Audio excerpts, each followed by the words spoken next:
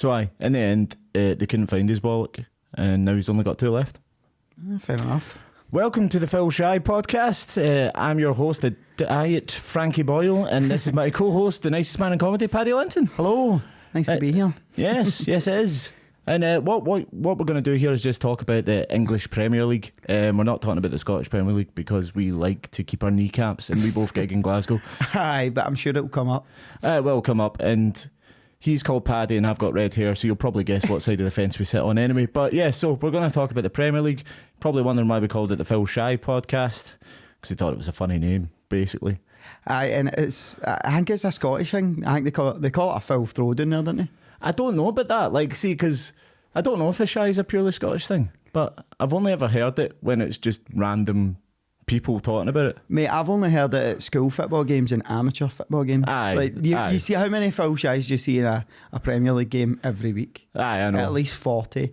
And then you turn up to like an amateur game where it's all these hungover guys and it's just every 2 minutes, Phil Shy.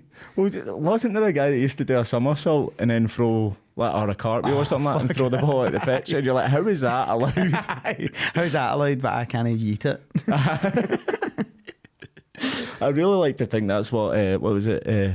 Who was the guy for Stoke that used to throw it? Rory Delap. Oh, mate. See if he was shouting yeet as he threw it in, that'd be amazing. But what I think we should start with, since this is a preview of the season and we're smack bang in the middle of the transfer window, is talk about the transfer window as a whole. And today, actually, it's gone fucking mental. Yep. So West Ham today have agreed a deal for Harry Maguire for 30 million.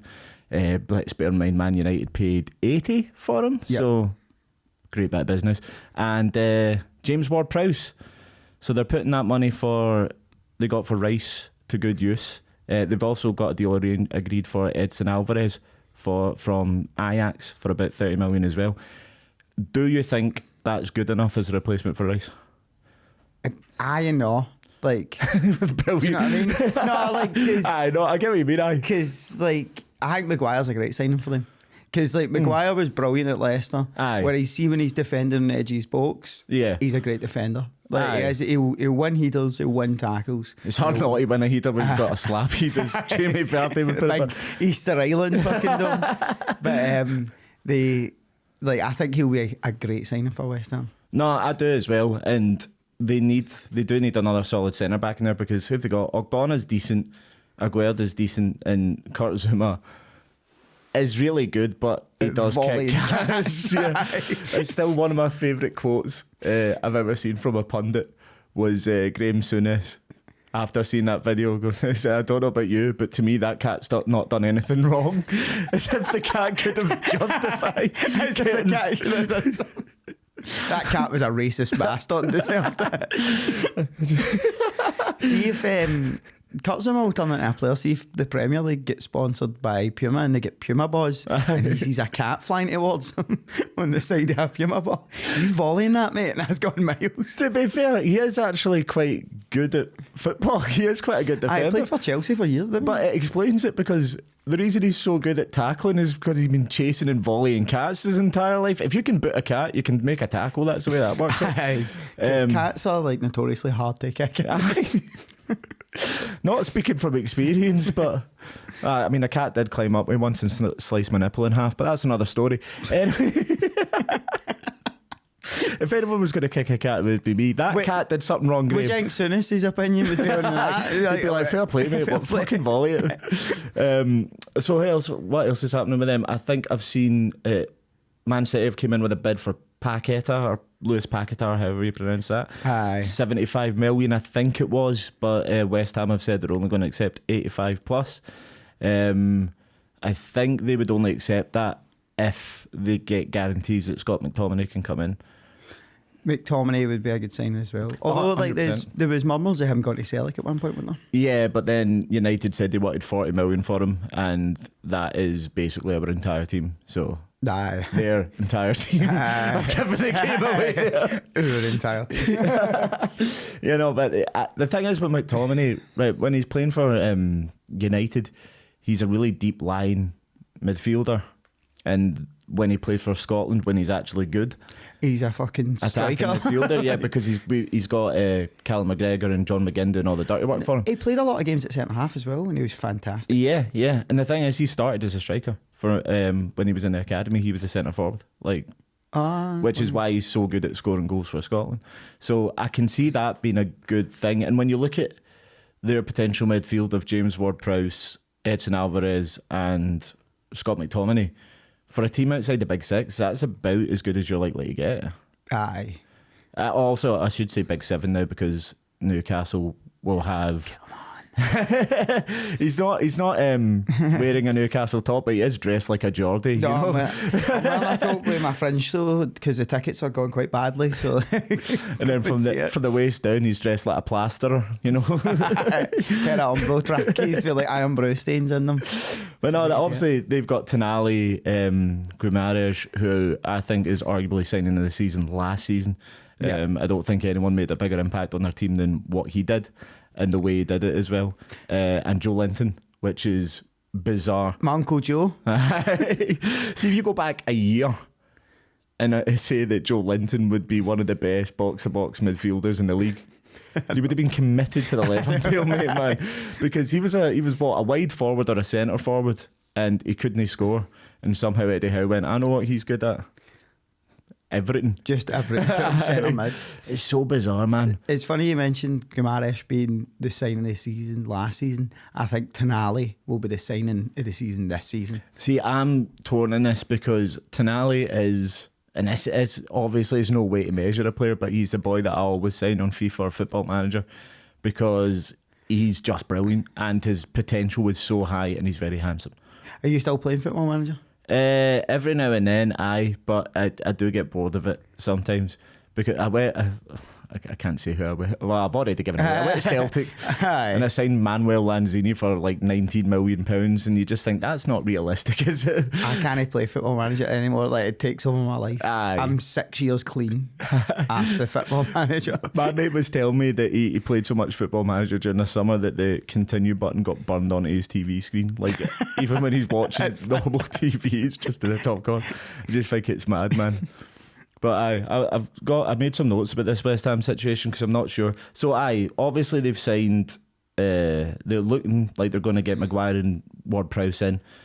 Paqueta's potentially leaving, but McTominay's potentially coming in. There's still one major thing that I don't think they're addressing, and that is centre forward, because Scamacca's gone as well. They've sold him for £27.3 million, something like that, to Juve or somewhere in Italy. They don't have a centre forward that can score goals regularly. Danny Ings, Aye. but I was a massive Danny Ings fan. His injury record makes Kieran Tierney look indestructible. You know, he's like out all the time. Aye. And Antonio is incredibly inconsistent. Like he's never got a 2-season period where he's getting like 10-15 goals. He's just on and off. And he looks like he's going to go anyway, and he's 33 years old. So they need to bring in a striker, in my opinion. So who would you say is like West Ham's level? Who do you think they could sign? I would be tempted to, since he's going to be out for 8 months, say to Brentford how much for Tony, since you can't use him for 8 months, how much for him? Aye. And just get him in, because he's guaranteed 15 goals a season when he comes back. Well, it depends if he's got a line on. I mean, it's so daft how many charges it was, and he gets 8 months, man, and then there's like players that get done for racism or biting someone, and then they only get like 6 game ban. It's like, but stay out of Ladbrokes, mate. That's brutal. It's mental how they decide upon these things. But no, I'd be looking at Tony. Other than that, it's quite difficult, man, because there's the strikers that are around right now, you're either going to have to pay for the nose for, or take a risk. And obviously I want him to stay, but I'd be surprised if they weren't looking at Kyogo. Aye. I'd be really surprised if they weren't looking at Kyogo, because he's a dynamic, quick forward that could work really well with the likes of Jared Bowen. Please don't. Leave him alone. Aye, leave him alone. But also my team, if he's getting Champions League football up here. So, and winning stuff. Aye. But no, I don't know. I think they need another striker, and I don't know where they're going to go to get it, but there must be teams that are sort of middling or lower in the Premier League that West Ham, who are considerably richer than most of the Premier League, could go in and get. Aye. But I don't know. It's a hard one to call. The thing that annoys me about West Ham is like with Rice leaving, it's broken up the packet of rice combination. I love that. Every West Ham game, if I was in a pub with my mates, I'd be like, that packet of rice combination is really cooking in it. And that's that pun gone forever. See, for our non-Scottish viewers, what you say there is a packet of rice. No, everybody knows what a packet of rice is. No, but it's when you say a packet of rice, mate. Like, yeah, man. and, mate, I've had to translate the most benign, obvious things for English people. Although Scran might not be obvious, but I was doing a French show last night in Buteco, and there was a person up the back translating for our English pal. So like every time I'd done a joke, I would get a laugh, and then about 30 seconds later, just a wee tiny like titter at the back, like, oh hi, because I had a translator. That is chronically depressing, man. I'm trying to think of who went down that they could maybe poach a striker off of. Maybe Iheanacho from Leicester. No, He did quite well last season, or was it the season before? I can't mind. he didn't do well last season. No, that's true. None of them did well last season. No Leicester players did well last season. Right, what else happened today? Oh, that's probably the biggest news. Wolves have lost Julian Lopetegui and replaced him with Gary O'Neill. So what happened with Lopetegui? My guess is the news didn't say he was sacked. But with how quickly they found a replacement, I think it was mutual. Aye.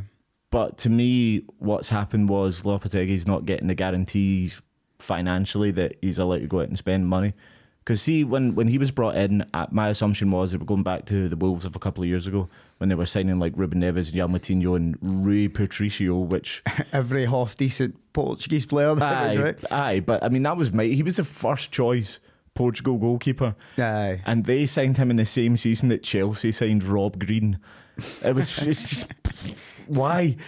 So I thought they were going back to that. I mean, I assume when you're bringing in a guy that used to manage Real Madrid's, I think Sevilla and Spain, that you're going to go, here mate, here's money. Because also aren't Fosun one of the richest owners in England or something like that as well?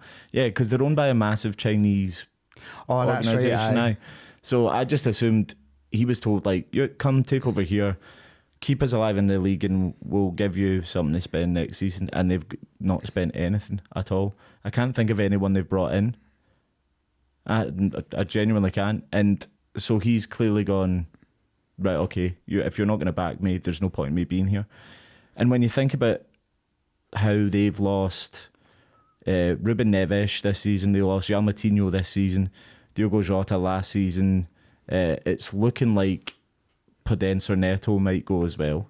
Connor Cody's obviously fucked off. Aye. Who are they going to have? Like, they're going down, man. Aye, I think so as well. I'm sorry, Jamie, but Wolves are going down, Jamie. Aye. Genuinely, I can't see a light at the end of the tunnel for them. Because last season, who did they bring in to try and replace Raul Jimenez? Raul Jimenez, he's away as well. Where did he go? He went to Fulham. Oh, right. So he's basically going to be the replacement for Mitrovic. Should Mitrovic go to Saudi? I'm not sure if that deal's been done yet, but another player goes to the Saudi league. Yeah, I know. Tell me about it, man. Thingy, I was reading an article about this the other day, and like now we're all up in arms about all these players going to the Saudi league. Aye. This is the same thing that we've been doing to South America for the last 50, 60 years in Europe. Like all the best South American players would come to Europe because we had the money. And it's sort of like, it's just colonialism, mate. It's just capitalism. That's how it works. Like, wherever the most money is, that's where people go. True, but the difference is... They're brown people. Aye, all right then. No, what I was going to say is the difference is when Real Madrid's a bad example. When Barcelona, Arsenal, Man United went in and bought people, it wasn't the British government or the Spanish government that were buying players, and they weren't buying it to cover up Britain's colonial past because we've got it on display in the British Museum. We're not hiding it. Still not giving it back, but we're not hiding it. Like, we're bragging about it. But that's what they're doing as well. They're just taking all our best footballers and putting them behind glass and being like, you can look at them, get them back. Aye, I know, but it's mad because there's 4 teams in that league that are owned by the government.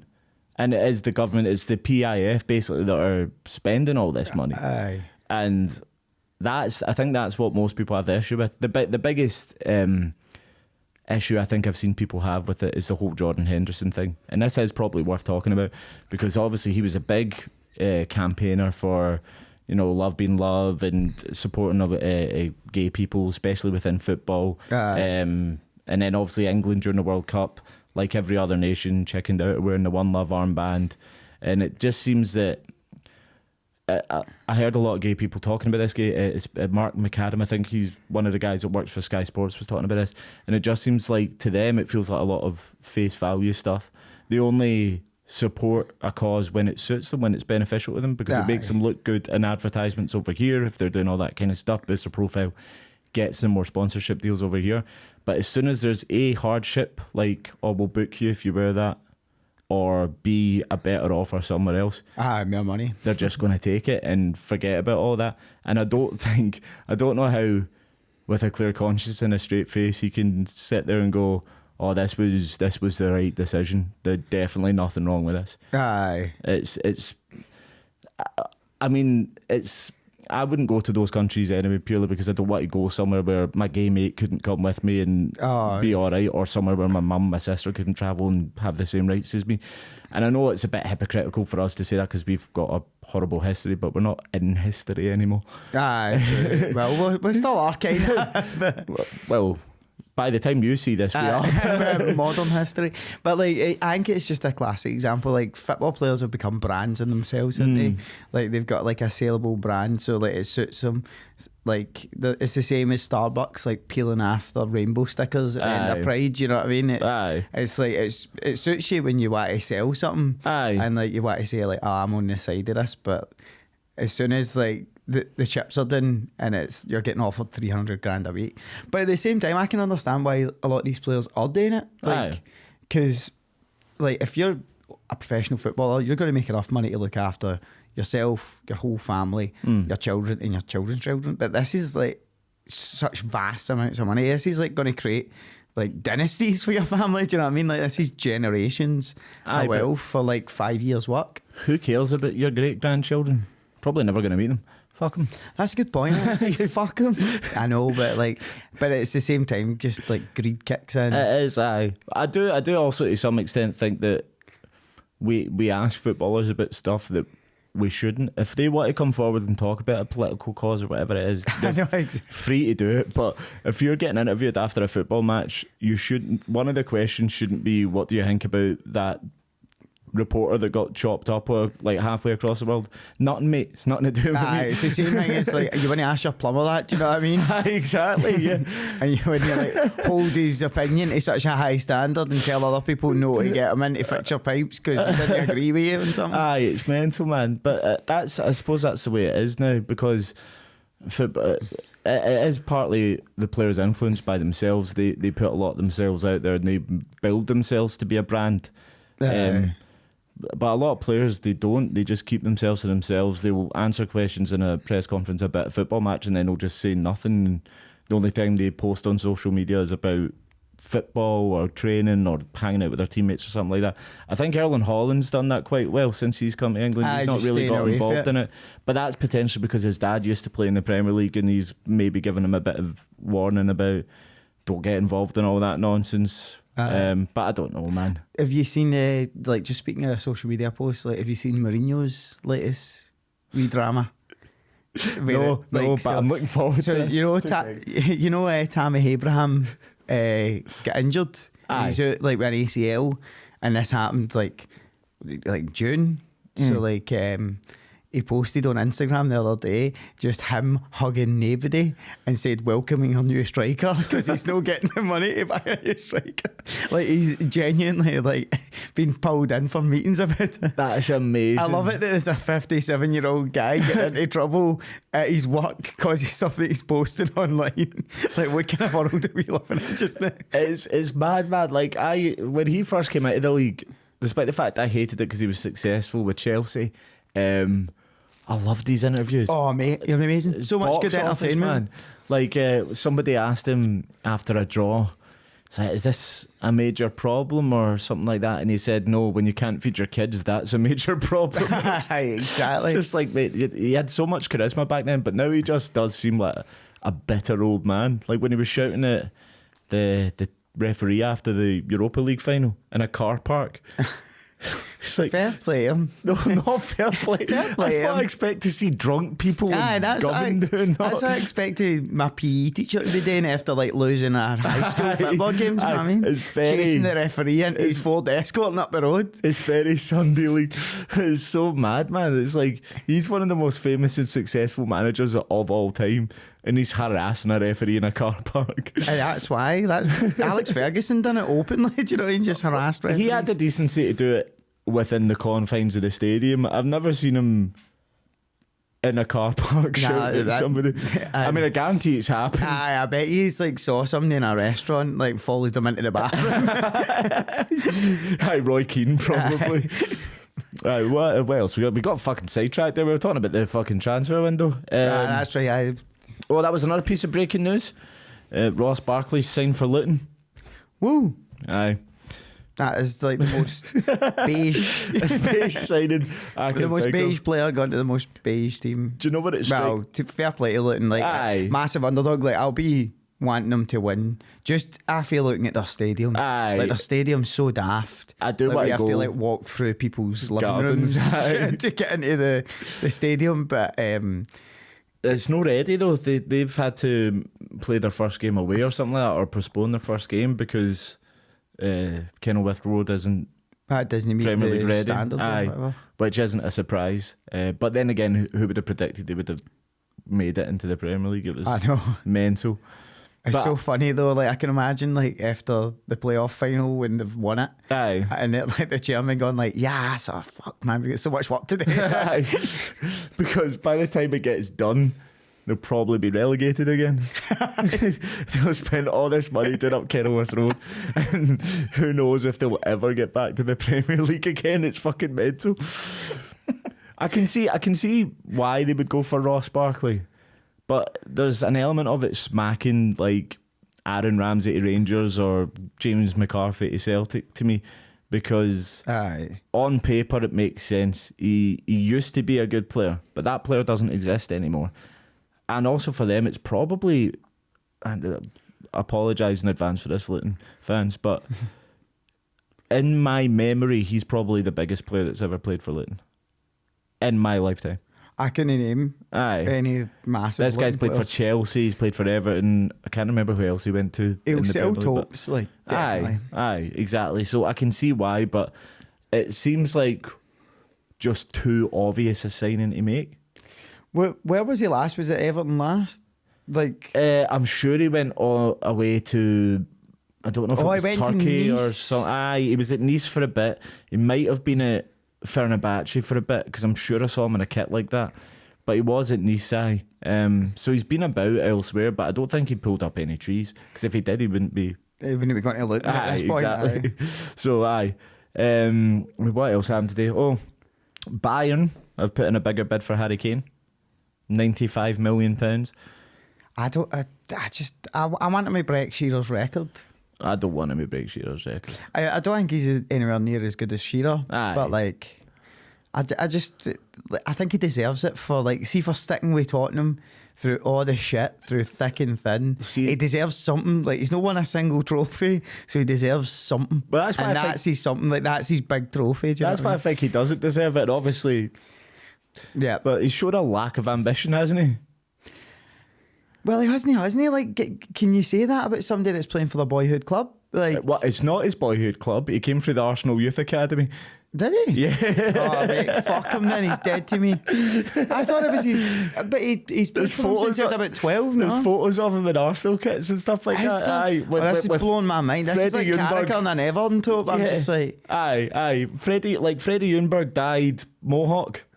The tips, aye. He was an Arsenal. Oh, he's a rat then. But but he did swap over. Nah, I just think like he had so many opportunities to leave that club, and he should have went to City. I know you could say, but they've got a good team. They've got a good stadium. When they brought in Mourinho or Conte, like you could look at it and go, well, they've got all the things they need to win a trophy. But it's Tottenham. They're not going to win trophies. They just don't. Aye. And the only team to finish third in a 2-horse race. Exactly. That was Tuz as well. That was beautiful. Do you know how it happened as well? It was your lot on the last day of the season that beat them 5-0. That's right. Aye, and that's what swung it and put us above them. That was beautiful. Should say Paddy's a Newcastle fan in case you didn't get that earlier. But aye, no, that was a really good day. That. Thinking we should probably dig into like why you're an Arsenal fan and why I'm a Newcastle fan. That's a good idea. So obviously grew up supporting Celtic, as we've already discussed. I'm no point in hiding it anymore. But English football was really all we could watch on TV apart from Serie A. If you didn't have Sky, you couldn't watch any English football. So the Premiership, as it was back then, with Des Lynam. And ITV. Aye. Oh, aye. And It's a Beautiful Day. Yeah, what a theme that was. Oh, I'm getting nostalgic thinking about that, man. Wayne Rooney scoring the barn in against... Aye. Yes. His best goal was against you. I still maintain that volley. That was just, when he was fighting with the ref. Aye, it's just ridiculous, man. Arguing with the ref, and he's like, "I'll be back in a minute.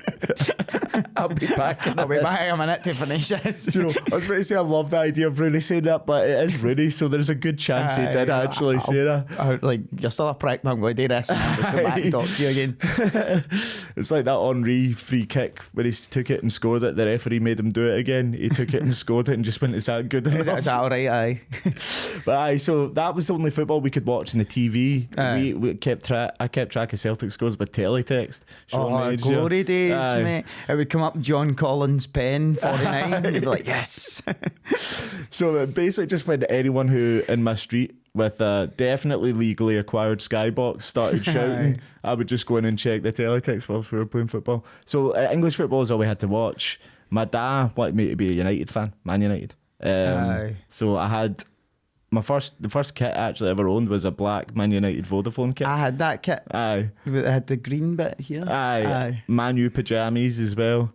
And then I did say pajamas. You did say pajamas, and I was just going to let it slide, mate. You said Man U pajamas. I should clarify, we are at the end of the first week of the Fringe right now, and my brain is gone. Fried. Pajamas, Christ, I'm going to I'm going to just like slip back into just fly on you in a minute. Like, I know. Free 8 o'clock. So I had all that stuff, but I was watching France. I was a big fan of France. It was the only country I'd ever been to outside of the UK. I loved all the French players. I was like, okay, what teams do these guys play for? And it turned out half of them played for Arsenal. Aye. So I just started watching Arsenal, and from there that was it. I was just an Arsenal fan, which is weird because they have a lot of ties with Rangers. But yeah, that's it. Aye, that was the Petit. Aye, Petit, Vieira, Wilter, Henry, Anelka.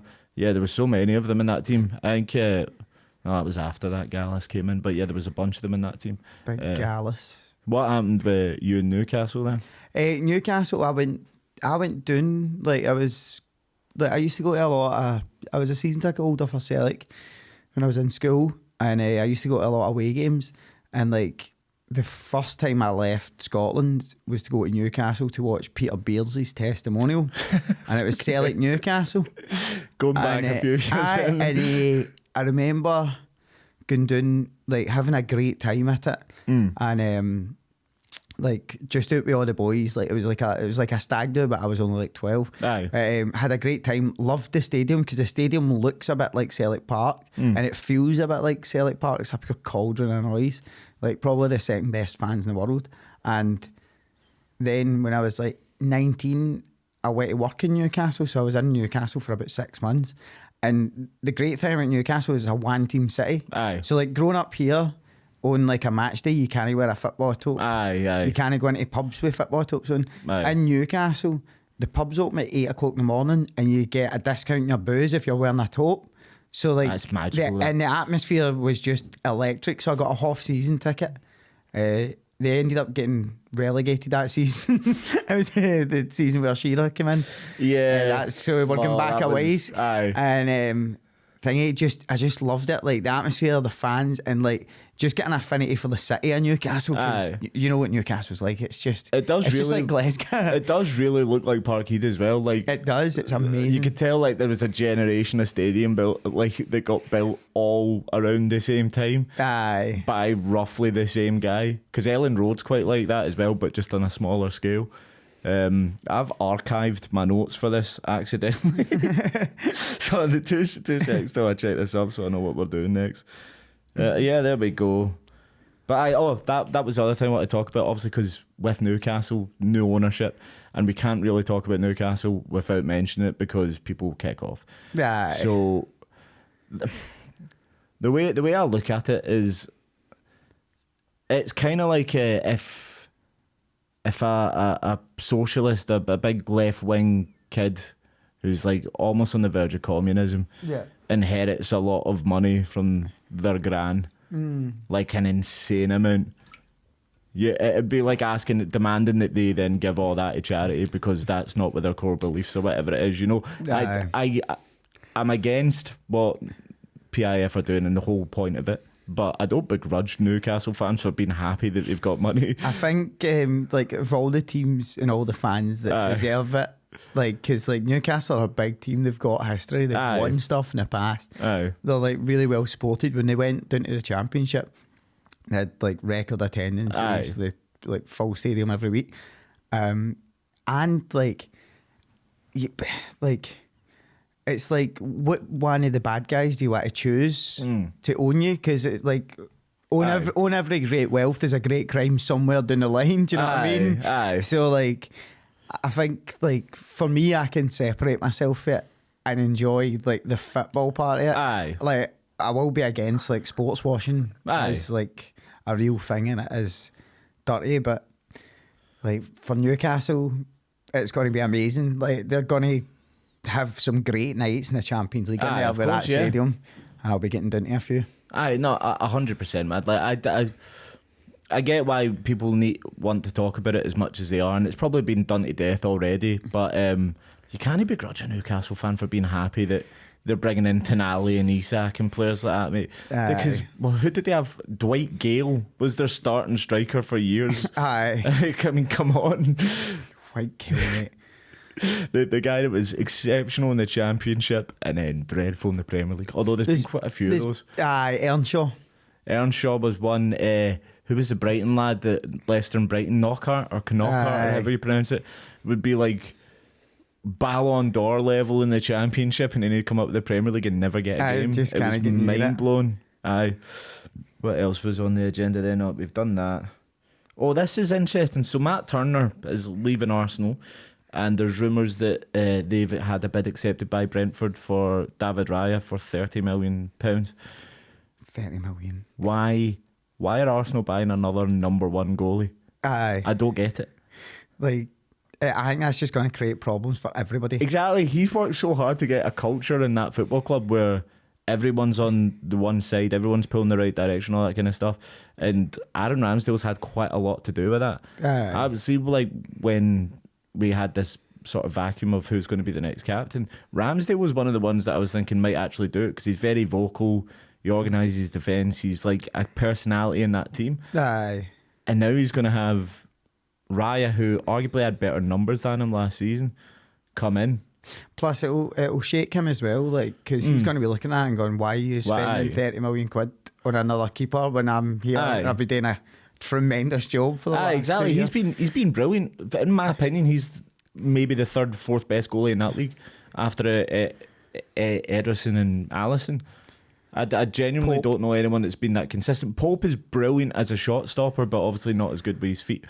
Yeah. But I really like Pope, and that entire back line last season had an insane defensive record. It was incredible. Aye. And a lot of it was to do with him, although he did make some of the most ludicrous mistakes to get sent off that I've seen a goalie do in a very long time. Semi-final. For a man as experienced as him as well. And bear in mind how much you hate Burnley. You must have hated signing him in the first week. I don't know what it is about Burnley. Well, I do know what it is. I can tell you what it is about Burnley. It's their topes, their style of football they used to play anyway. It's the badge. The badge is dreadful, the badge looks like something I came up with in fucking MS Paint. It does. It's so bad. When I was like 13. Like, it's pure pixelate. It looks like 8-bit. It's very Pro Evo fake football badge, man. It's so bad. Brunley. Aye. Oh, fucking man. Neil Lemon centre mid. Aye. Ryan Greggs, he was always one of my favourites. Oh, West London, what was it? West London White. Aye, Fulham. Aye. North London Red. Aye, that was just ridiculous, man. But yeah, I can get that about that badge. I don't know what it is. Even just the name Burnley. Aye. Just Lancashire, mate. Well, there's a new documentary about sacking Dyche and them coming back up. Apparently, it's quite good. I imagine you don't want to watch it though. The thingy, because like Dyche, I've put Everton to finish 11th this year. I think, see, if you get Dyche as a manager, you're guaranteed 11th in the league. You're just going to be a mid-table team. I think it's like, he scraped survival. Aye, but given the circumstances, I know Lampard was there first, but if you look at it after he came in, he didn't do brilliant. No, but like, how many times did he lead Burnley to just like a solid 13, 14 for years and years and years? And with Everton with that budget, like, see, what budget? They can't spend any money. Aye, but with the assets they've got, I know the stadium's completely fucking them, but like, see, getting Sean Dyche as your manager, it's kind of like just settling, just being like, do you know what? I know he's not a looker.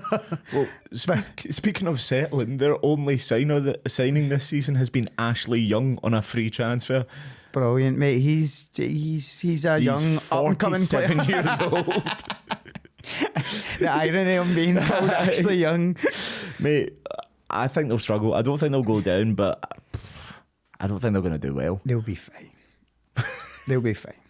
Well, I suppose that kind of leads us on to doing some predictions. How long have we got left, Paul? He's at 37 minutes. So. All right, cool. We've still got plenty of time, so we can do a bit more signing shit. Because do you know that Newcastle have signed Livramento? Aye. Again, just brilliant. He was like 30, 40 million or something like that. Again, that's a brilliant signing. Again, not where I think you need to sign though. Were they Southampton? How did they come up with this? Like, Southampton have how many players have they brought through? Aye, that nobody really would have took a chance on. To be fair, he was a Chelsea player. They got him from Chelsea, and he was exceptional for them. Then got a really bad injury, and that's why you've been able to pick him up. Like, if he'd played the entirety of last season or whatever, I don't think you would be getting him for as cheap as he is. But to me, left back's probably your weaker spot because you've got Kieran Trippier at right back, or Trippier, however you want to pronounce it. Tierney solves that problem. Yeah, if he stays fit. Does he want to leave Arsenal? Do Arsenal want to get rid of him? Nah. But I don't know, he wants first team football. It's just a shame that they got Zinchenko. Zinchenko's amazing. See, he did say in an interview though that he played something like 23 games last season, and he's quite happy to stay and compete for a spot because they both play left back in a different way. So different games demand different things. So I don't know. I mean, if Newcastle could get Tierney, I would obviously recommend doing it, because if you've got Trippier on right back and Tierney at left back, you're basically recreating what Liverpool had. It made them so successful for such a long period of time, because Trippier's an excellent crosser of the ball, excellent set piece taker. He was arguably the best right back in the league last year, and Tierney will just bomb up and down like Robertson does. So it would work, but yeah, I don't know. I think you're making really, really good signings, but whether it's exactly what you need, where you need it, when it comes to him. I think this season for Newcastle is just about testing himself in the Champions League. Yeah. I think probably going to like regret saying this, but I think they'll finish top 4. I'm not going to say comfortably, but I think they'll make it into the top 4. I've got his 5th. So Have you? Yeah. Who have you got? Like, he's your top 4 then? City, Arsenal, United, Liverpool. City, Arsenal, United, Liverpool. Do you think Liverpool can do it? Do you think McAllister's the difference? No, I think Klopp's the difference. Aye.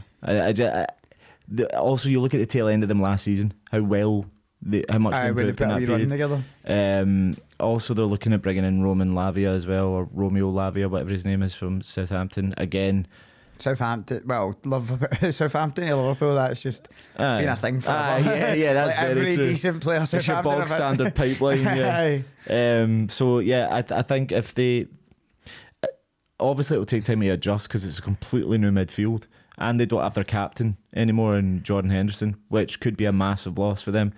Is Fabinho gone yet? Is he confirmed? Fabinho's gone. Firmino's gone. Henderson's gone. I think Keita might have left or is on his way out. So it's going to be a huge change at Liverpool. But there's just something about Jurgen Klopp.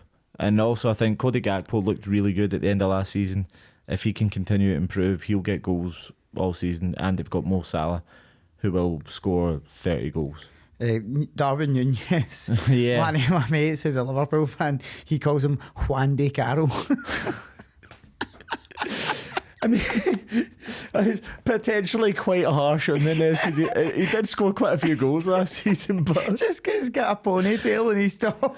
But it's not even that. He does actually look like he plays a bit like a Latin Andy Carroll. He does.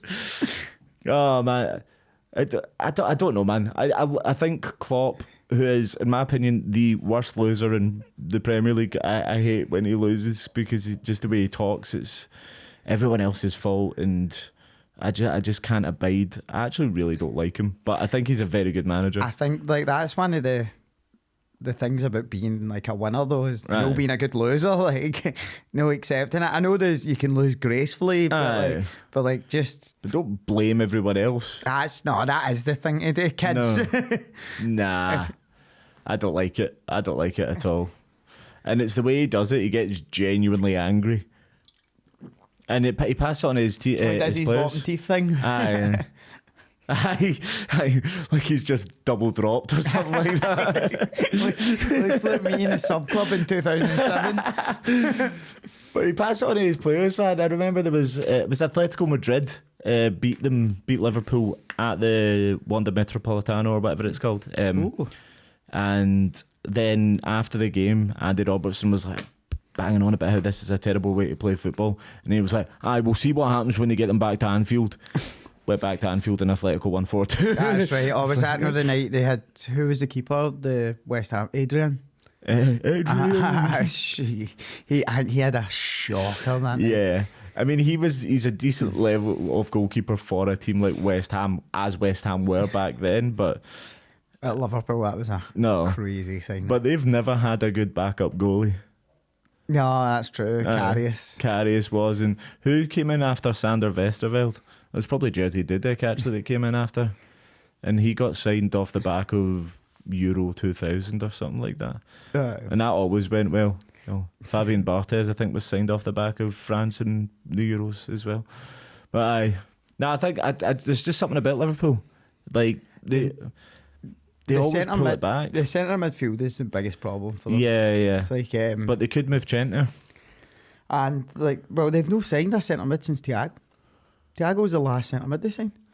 Well, what would you clash Szoboszlai as? Or McAllister? I mean, like since before then. Do you know what I mean? That was like it was just they were rotting in the middle. Aye. Like slowly. Where's Thiago now? Is he still there? I think he's still there. Aye. He'll still do a job. You could still get like 20 games out of him. Exceptionally talented footballer, but again, just always injured. So I don't know. I just have them getting it because there's just something about Liverpool. They seem to get their shit together eventually, and I can't remember off the top of my head, but I think I've got Liverpool 5th. I've got the same top 4. I've got Man City, Arsenal, Man United, Newcastle. I don't know if it's in that order, but that's my top 4. Well, we might as well do predictions then, since we've well and truly beaten the transfer window to death. Right, okay, let's get my predictions up here. Right, we've done all league positions. Aye. Top scorer, do we need to say it? Do you want to do? No, because we've not done relegation or the rest of Europe. I mean, I can just do a quick rundown of my full thing if you want.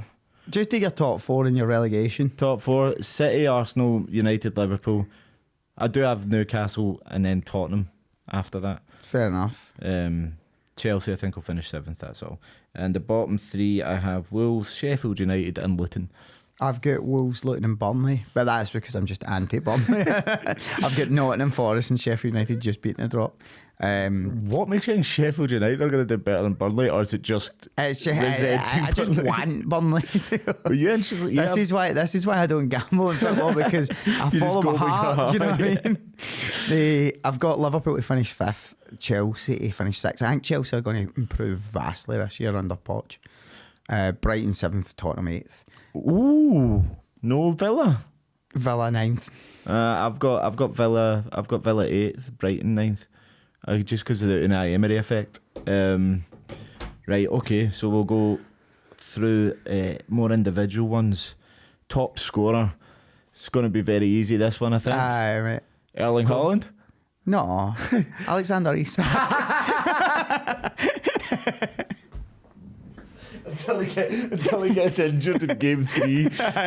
No, it's Haaland, innit? If you really wanted to make that funny, you would have said Callum Wilson. Yeah, no, Erling Haaland's going to be the top goal scorer, and the frightening thing is because he's 22. Yep. He's probably going to be better next season. I know. He's a machine. Yeah. He's phenomenal to watch. Last season was I've always kind of hated City. Aye. Because they bought their success. Remember when Chelsea done it? Aye. With Abramovich, and now City have done it. Now Newcastle doing it.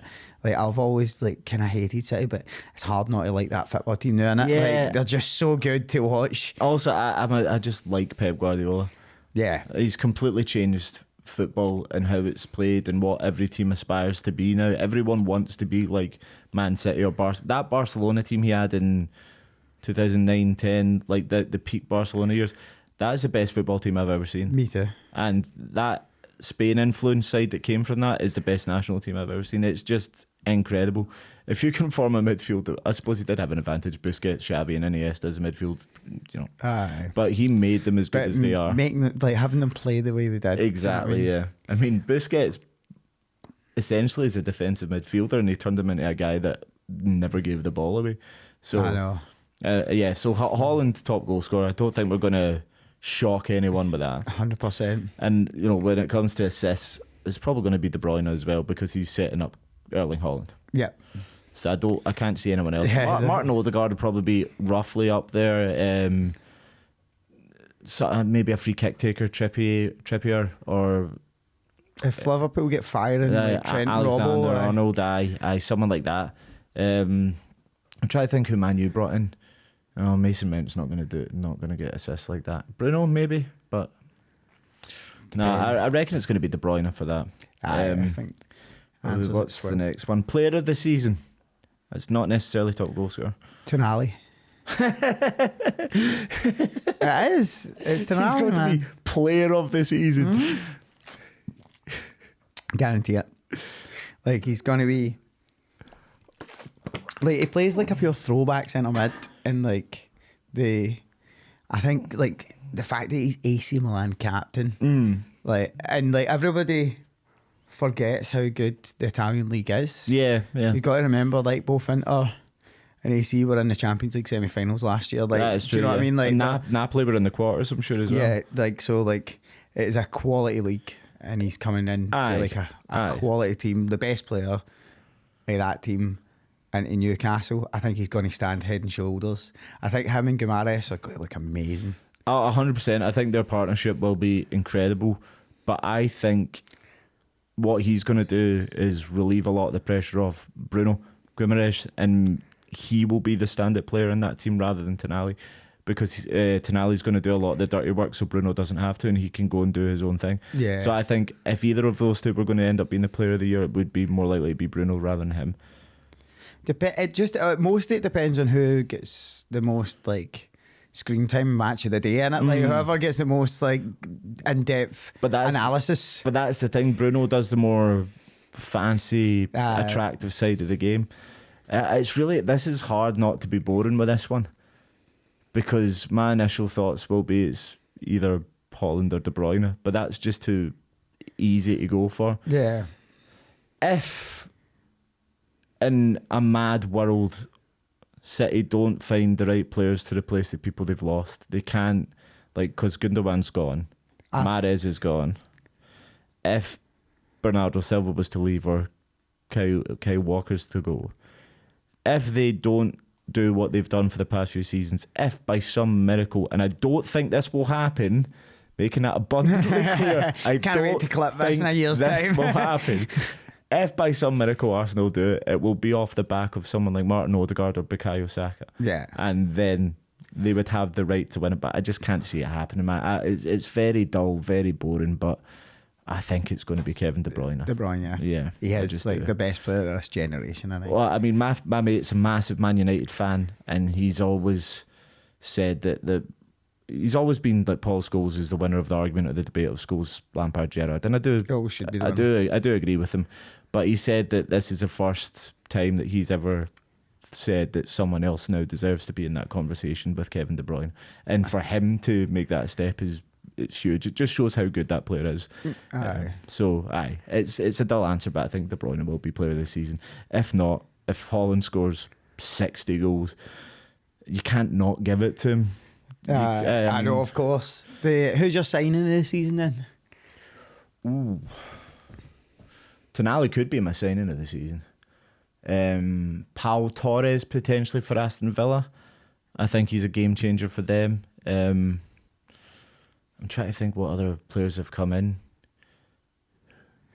I think for me it's Kovacic to go in and replace Gundogan. That's a good bit of business. It's such a good signing. Yeah, that's really, really smart.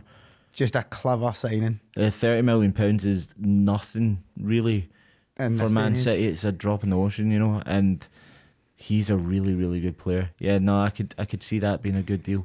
And try to think of any other big deals that have gone through. I think Villa have had a really good window.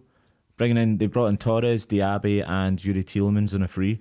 Tielemans for no money could turn out to be like a really, really, really good signing. Loads of teams were after him. Yeah. I'm trying to think of who else has made any sort of big moves this year. We just spent like half an hour talking about the transfer window, and I can't think of a single. Can't think of a single player who's signed for anybody. Well, obviously, it depends what happens, man. I could see Declan Rice having a good season, but with the position he plays, I don't think he's going to be signing of the season. I think it's more likely that because Arsenal had quite a good season last season as well, if Tonali is able to carry Newcastle to that next level, make them compete in the Champions League and get them back in the top four, he would have a good case for it. If Kovacic can step into the shoes of Gundogan, I bet 100%, that makes sense. If Man U can start playing out from the back properly now because they've got a goalie that can do it, and they've got ready Maguire, but Onana could turn out to be a great sign for them. He could turn out to be a great sign for them. Is De Gea signed for anybody yet? No, I don't think so. But his wages are going to be so high that I don't know who's going to be able to come in and get him. And I don't think, would he be willing to be number 2 somewhere? Would he go back and be like to Atletico Madrid and be a backup to Jan Oblak? Nah, I don't see that. I mean, what's the point? Because you're never going to play. I don't know how often Oblak gets injured, the big Slovenian or Slovakian bastard, whatever he is. But he's one of the best goalies in the world, so I doubt he's ever going to play. So, no. Well, since you've gone for Kovacic, I'll go for Tonali. I think he genuinely could be a turning point for them. And I've heard other people talk about his signing as it's like a statement from Newcastle. It's the first like massive statement from them. Isaac was a big one because of how much he cost, but this is AC Milan are one of the biggest clubs in the world. Like they're in that group just after United, Barcelona, and Real Madrid. You know, you got like Bayern, Liverpool, all that in the next level. They're in that group for me. Like massive. AC Milan were the team I loved watching the most when I was growing up. Before Pep came in, But I was more thinking of the Kaka era. George Weah might be a little bit before my time. I'm a bit older than you, man. George, yeah, like watching what is it? The Golazzo. Aye. I Channel know. 4, I do remember Gazzetta. that. Aye, with James Richardson sitting having a coffee in a piazza. Sent me a call, an espresso and a snout. Talking about the Lecce score. Oh, man, that was actually really good. What a legend. Back when Palermo were a half decent side. So, we didn't do manager this season. It's got to be Pep. It will be Pep, yeah. But like, there is It will be Pep. there is obviously the Ange question. Yes, that's a good point. We haven't talked about that yet. That's why I have them 6, because I think he will improve them. His big issue right now is what's happening with Harry Kane. Yeah, like once that saga gets sorted, then Aye. we'll see. But you were saying earlier that Kane probably Aye. doesn't suit his style. Yeah, Whereas Richarlison Does, through yeah. the middle is the kind of player that Ange likes in his system, where somebody that's going to chase defenders all the time. 100%, yeah. And like Richarlison was really good at Watford. He was decent at Everton. He had his periods where he was really, really good. Obviously, he was dog shit last season, but Tottenham were dog shit last season. The way Ange plays with his forwards, like we said earlier, he's like he moves them around a lot. They underlap and overlap, and they swap around and play all across the forwards. And Richarlison can play in every position as a striker. Yeah. And he's the number 9 for Brazil, so he's clearly got something about him. Like Ange could get the best out of him, but obviously Harry Kane's a fantastic passer, one of the best passers in the league. His weirdly. assists were insane last year. He's one of the best strikers in the world at the moment. So if you can keep him, you keep him. 100%. But 95 million, I don't know. Like, I think Ange will improve them, but I don't think they'll get in the Champions League. Nah. If they do get into Champions League, he's a contender for manager of the year. Aye. That would be shocking this season as And well. if Gary O'Neill keeps Wolves up, he'll be fucking manager of the year. Or Rob Edwards at Luton. If they stay in the division, genuinely, even if it's by goal difference, I genuinely It's an think, achievement. Yeah. A massive achievement. Aye. And I don't think the owner will be grateful because of like, no, now I actually have to get all the stadium up. I know. Because he's got it's 3 years to get it up to like 20,000 or whatever the capacity limit. No, it's not 20 because Bournemouth is. Bournemouth's a toy, man. Aye. What else we got? Flop of the season.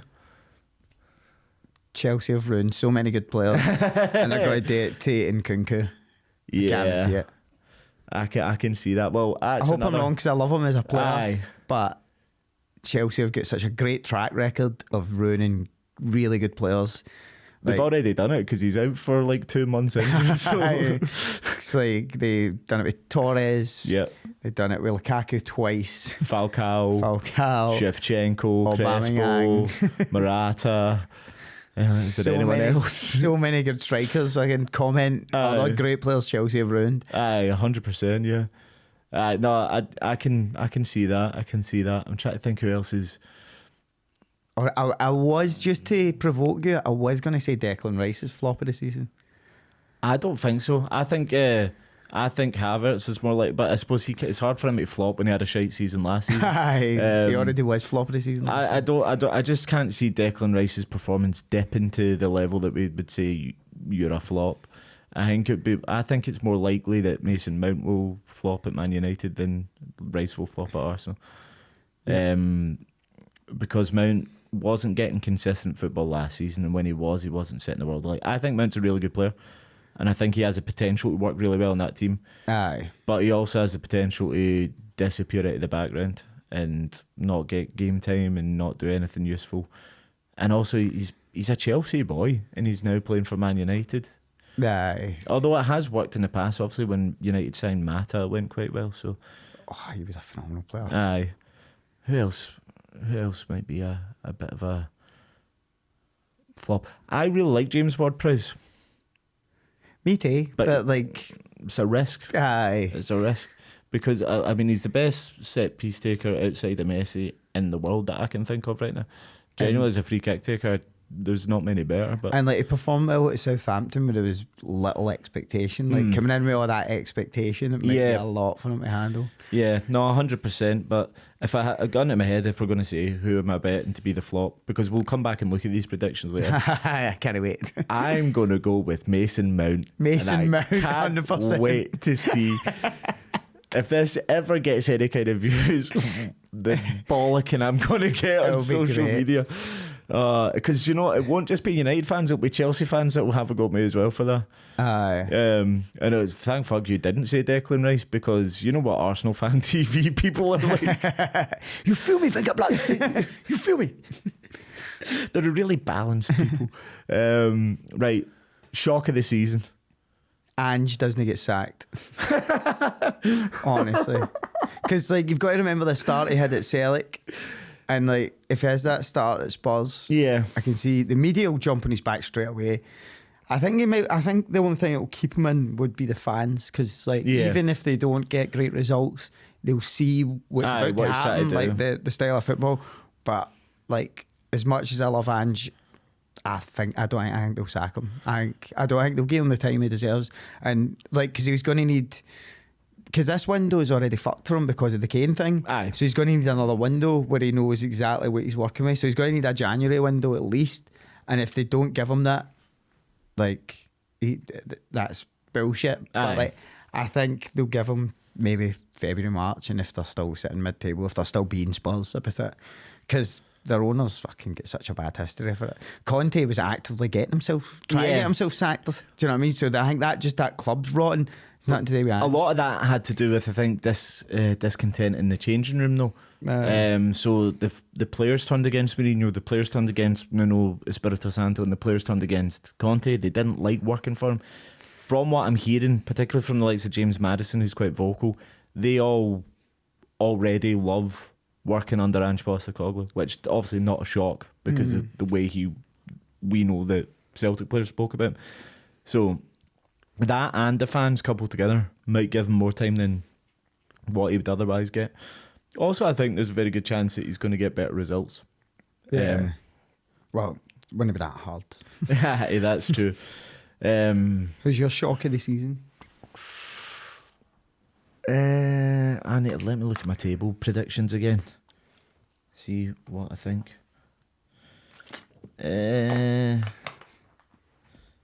Nothing. There's nothing that shocking there, to be honest with you. I don't know. This is really hard, man.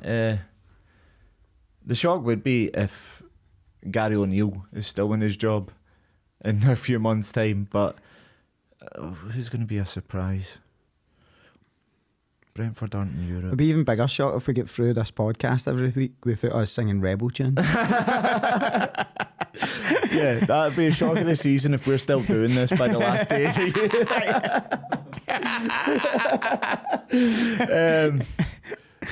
year. No, because I was about to say Aston Villa to win the Europa Conference League, but that's not a shock because, in fact, no, that's my shock of the season. If Aston Villa and Unai Emery does not win the Conference If League, they don't win the Conference League, that's my shock of the season. That is an absolute screamer. If Unai Emery does not win another European trophy, that'll be my shock of the season.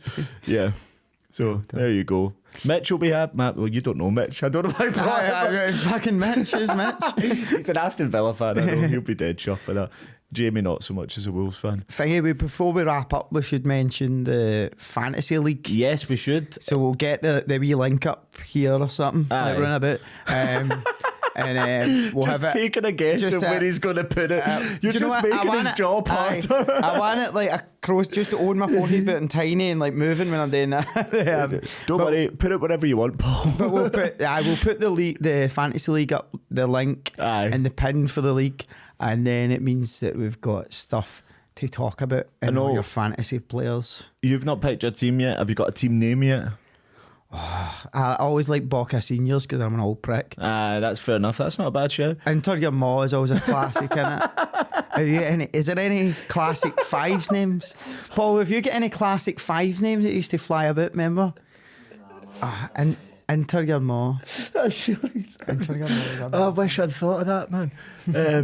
Please come up with good ones because we'll read them out, the best ones on this. I will give you like a prize for the best name. I try to get your Artetas out for mine, but it rejected it. But it let me put the bell ends. Get your Arteta. Potato salad is a good choice. Yeah, that's not bad. That's not bad at all. There's a bunch of good ones that I've heard in other pods, but I won't read them out. So that's your task. Come up with better ones than that, and also let us know what ones that rejected beforehand. Because Aye. I don't see how get your Arteta's out is more offensive than the Bellends. I should say my surname's Bell. That's part of. I'm not just calling my team Bellends because I quite like lots of the players. I think if you use Scottish slang, that always slips through. Aye. Any Scottish slang. Anyway, is that us a bit done there? Perfect, cool. man. Do you want to? How should we close this up? Just. Maybe I should just bounce a ball off your dome. It'd be so good if I just pulled a windblower and If you had the ball, yeah. I know, testicle. No, but join us next week after the games. Yeah, first weekend of the season, so we'll be talking about them and reviewing them with our not expert opinion. Yeah, so until then, goodbye and go fuck yourself, San Diego. See you next week.